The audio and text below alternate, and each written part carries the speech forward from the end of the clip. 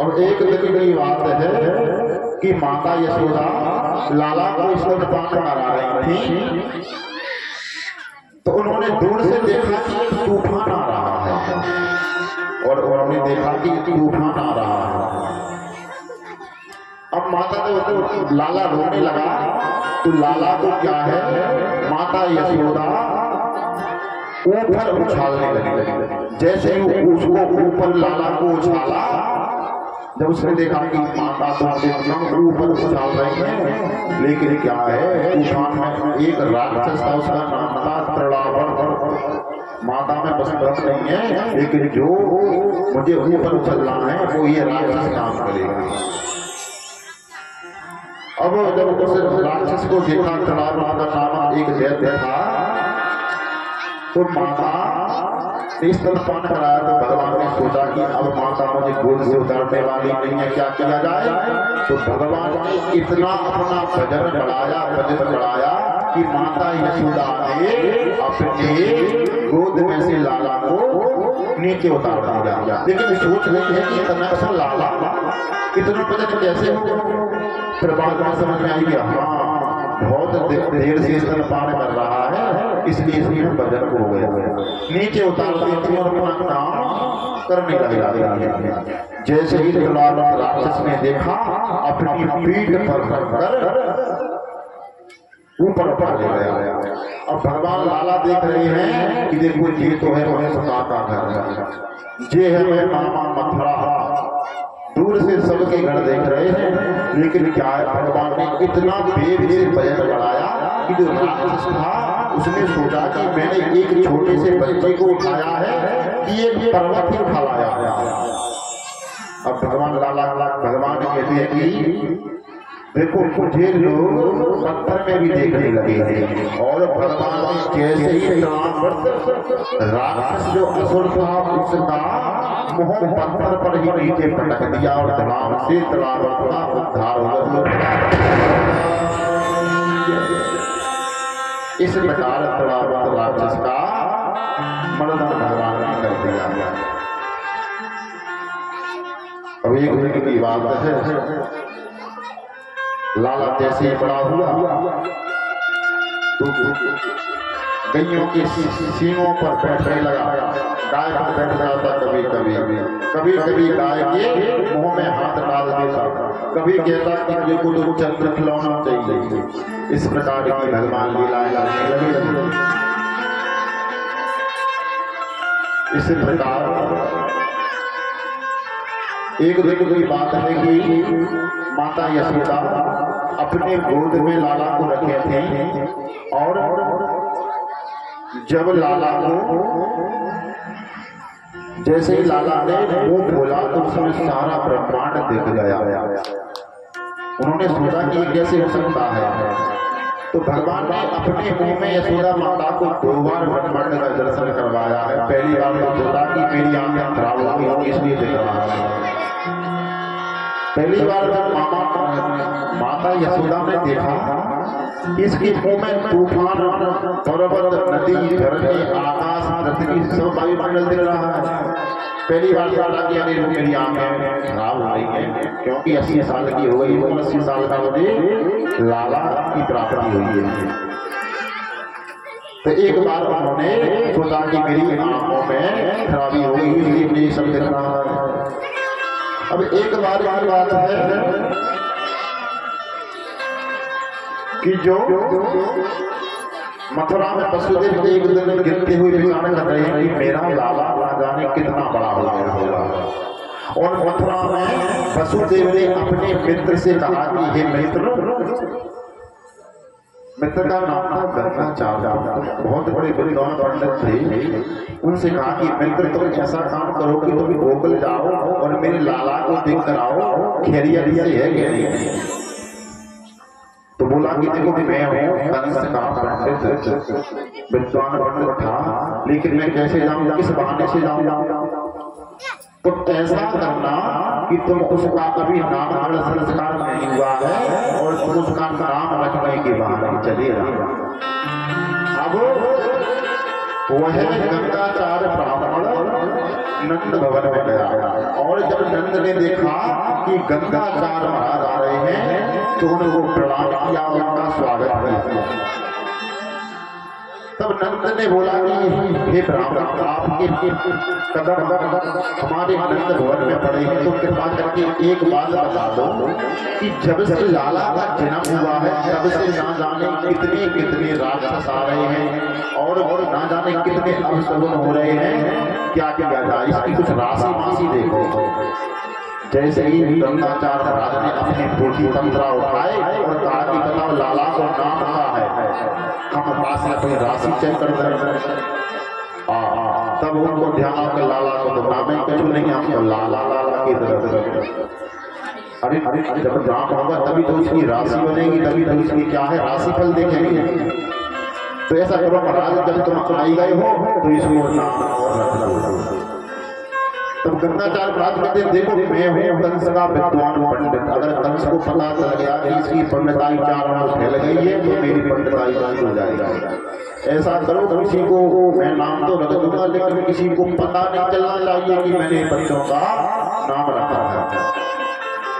तो गंगाचार्य महाराज ने कहा कि ऐसा करो, मैं जो पास में जो गौशाला दिख रही है इसमें बैठ जाता हूँ और आराम से अपने बालकों को ले आओ। अब इधर जब यशोदा माता से कहा कि अपने बालकों को लेकर चलो, अब रोहिणी थी और यशोदा माता थी, उन्होंने रोहिणी ने कहा कि देखो ऐसे करते मेरा पुत्र है और तुम्हारा पुत्र है, अगर मान के चलो कोई झोला या ब्राह्मण होगा तो वो क्या है घड़िया पंडित जब ब्राह्मण होगा तो वो क्या है समझ नहीं पाएगा कि किसका पुत्र है। अपन उसकी क्या है परीक्षा लेंगे, ये पूछेंगे कि ये बताओ मेरा लाला कौन सा है, उसका लाला कौन सा है।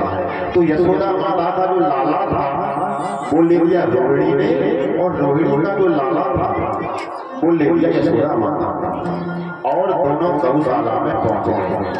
जब जैसे ही गंगाचार्य महाराज की उन पर नजर पड़ी, भगवान पर नजर पड़ी तो भगवान कि जब नेत्रों से गंगाचार्य के नेत्र खुली तो बिल्कुल स्तब्ध हो गए, ना तो कुछ मुंह से आवाज निकल रही है, बिल्कुल शांत रह गए। यशोदा माता कहती है देखो मेरे लाला का नाम बहुत ब्राह्मण बहुत सोच समझ कर रख रहे हैं, बड़ा अच्छा सा नाम है कारण से, लेकिन क्या है एक घंटे से ज्यादा समय बीत गया तो रोहिणी कहती है कि बहना ऐसा लगता है कि तेरे लाला का नाम नहीं रख रहे, अपने ही जागी चिट्ठी छपवा के को नाम लिखवाने आए। एक घंटे से ना तो ये सांस ले रहा है और सिर्फ इसकी मूर्ति बन रही है। तभी यशोदा माता ने कहा कि देखो अपने घर में तो अभी लाला का जन्म हुआ है और एक कलंक और लग जाएगा कि ब्राह्मण की मृत्यु हो गई। तब यशोदा माता ने ब्राह्मण को गंगाचार्य महाराज को जब छुआ तब गंगाचार्य महाराज ने कहा कि हाँ मैं तुम्हारे पुत्र का नाम सोच लिया। तब यशोदा माता की जीव में जीव आई कि हाँ गंगाचार्य महाराज जीवित है, तो बताओ कौन सा क्या नाम रखा। धैर्यं धनोतिमं शरीरं रोगं चिविलोपनीमतीं च हंतास नामकरण समानतो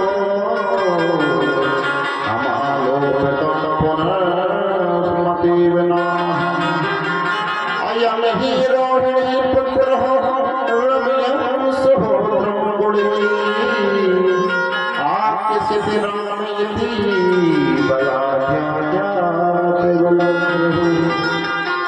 देखते ही बता दिया कि ये माता यशोदा जो तुम्हारी गोद में बालक है ये रोहिणी का बालक और ये है बहुत बलवान। मैंने अपने पोथी पत्रा में देख लिया कि आगे चल के बहुत बड़ा बलवान बनेगा, इसलिए इसका नाम है बलराम। बलराम भगवान की जय हो।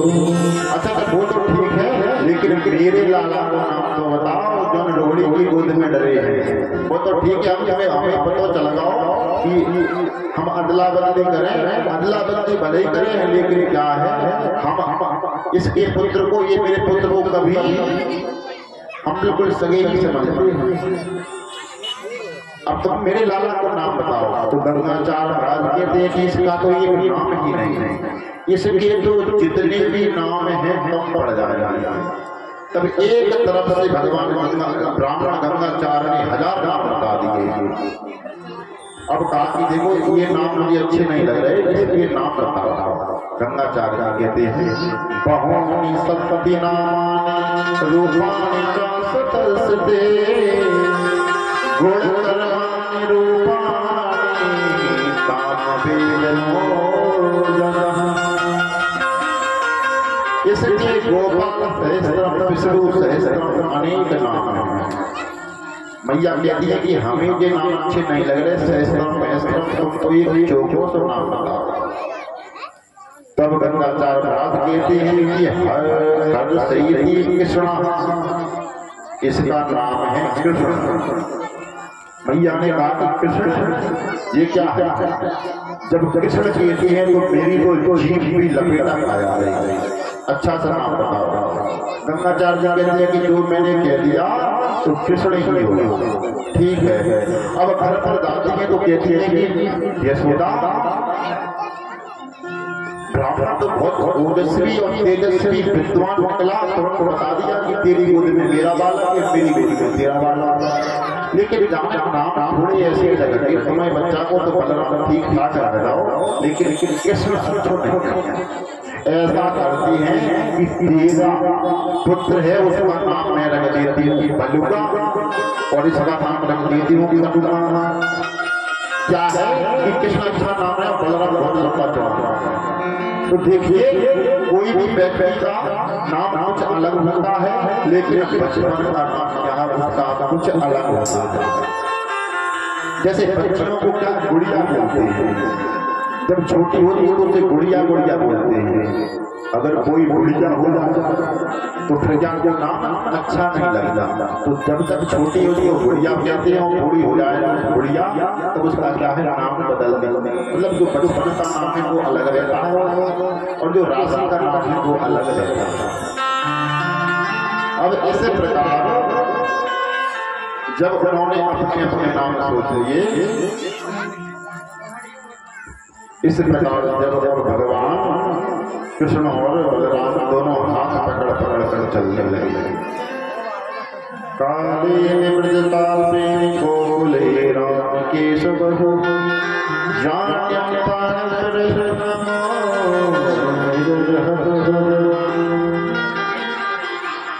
भगवान जब बड़े हुए तो उन्होंने एक मंडली बना ली। एक दिन खेल रहे थे, भगवान कृष्ण ने कहा कि ऐसा करते हैं कि खेलने में मजा नहीं आ रहा, एक अपन नया खेल सोचते हैं। तो सभी ग्वालों ने कहा कि नाम तो हुई है, तो बोला कि माखन चोरी। माखन चोरी ये क्या खेल है?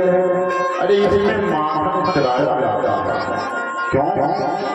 अपने पास क्या दूध दही की कमी है? अरे तेरे बाबा के पास 9 लाख गैया हैं और हम भी भीख मंगा नहीं क्या? तो कृष्ण कहते हैं ठीक है पर तो ठीक है, लेकिन क्या है जो सुदामा है ये है भीड़ का, इस पर तो देखो। जैसे तैसे सभी लोग मान गए। अब शुरुआत कहां से करें? तो श्री भगवान कहते हैं कि ऐसा काम करते हैं कि आज अपने घर घर में चोरी करते हैं माखन की। तो कुछ लोग तो सफल हुए और कुछ में सती माता की पिता की गई।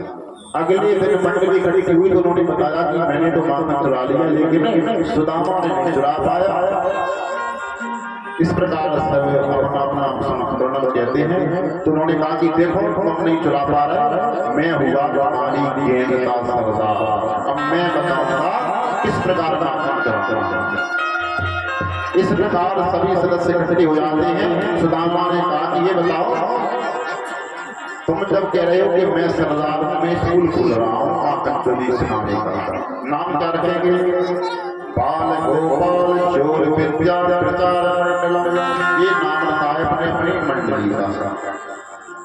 इस प्रकार अब भगवान माखन चोरी कर रहे। अब एक प्रसंग आता है कि एक चोर चोरी से बहुत परेशान था। एक संत महात्मा के घर में गया, संत तपस्या में लीन थे और जैसे ही उन्होंने खटपट की आवाज सुनी तो चोर को महात्मा ने जो भी उनके थैले में सामग्री थी वो सामग्री दे दी। तो चोर को भी आंसू आ गए और भगवान यानी संत के पैरों में गिर पड़ा। उससे कहा ये चोरी करना अच्छी बात है। तो चोर ने कहा कि देखो महाराज हाथ साफ करने की मुझे आदत है, लेकिन जब मैं आपके सानिध्य में रहूंगा तो चोरी करना भूल जाऊंगा। अब एक बार की बात है, संत एक यात्रा के लिए जा रहे थे। यात्रा के लिए जा रहे थे तो लोग भी साथ आए। सभी लोगों ने कहा कि महाराज जो तुम्हारे साथ में है ये बहुत बड़ा चोर है, इसको साथ में ले जाओ। जब उसको साथ में ले गए तो इसने क्या किया, जो बस में सभी लोग बैठे थे उनके बस अदला बदली कर दी और कहता है कि भले ही मैंने बस अदला बदली की है, लेकिन क्या है मुझे आदत पड़ गई। इस प्रकार भगवान ने भी ऐसे ही मंडली बना ली, चोर ध्यान मंडल। एक दिन अब जब चोरी करने लगे तो गोपियों की शिकायत मिलने लगी। एक गोपी ने शिकायत की कि तेरा छोरा आयो और मेरे घर के सबरे बछड़ा ने छोड़ के भगाओ, जिससे क्या है बछड़ों ने सारा दूध पी लिया। अब गाय और हमको क्या है दूध दही ठंडा कर कर सबको देना होता है। इस प्रकार शिकायतें करते हैं। दूसरी कहते हैं कि तेरा लाल आयो और ठीक पैसे मक्खन ले गयो और सभी ग्वाल तो कहा कि मेरे छोटो तो लाला छीकी पैसे कैसे माखन खाएगा। तब गोपियां कहती है कि लाला भले छोटो लेकिन दूध को सरदार है। अध्यक्ष महोदय जी जिस सिदामा है ये मनसुखा है, ये सब ये सदस्य हैं, इनके ऊपर चढ़ जाता है और छीके पैसे माखन चोरी करता है। भगवान एक गोपी के घर में गए लेकिन उसके पास क्या है मक्खन नहीं मिला। तो उसकी पुत्री सो रही थी तो उसकी पुत्री की जो चोटी होती है उसको उसी खटिया से बांध दिया और हवा हवा के अंदर डराकर भगा दिया। इस प्रकार शिकायतें करते हैं गोपी और जब शिकायतें करती हैं तो माता उसको बहुत डांटती है, देखो चोरी करना अच्छी बात है। तो भगवान कहते हैं भैया मैंने चोरी नहीं की। तो कहते हैं हाँ तुम्हें हो सकता। एक बार की बात है जब उन्होंने बलदाव का देखा कि कृष्ण भगवान माटी खा रहे हैं तो उन्होंने यशोदा माता से कहा लाला क्या है। लाला ने माटी खा ली है। चोरी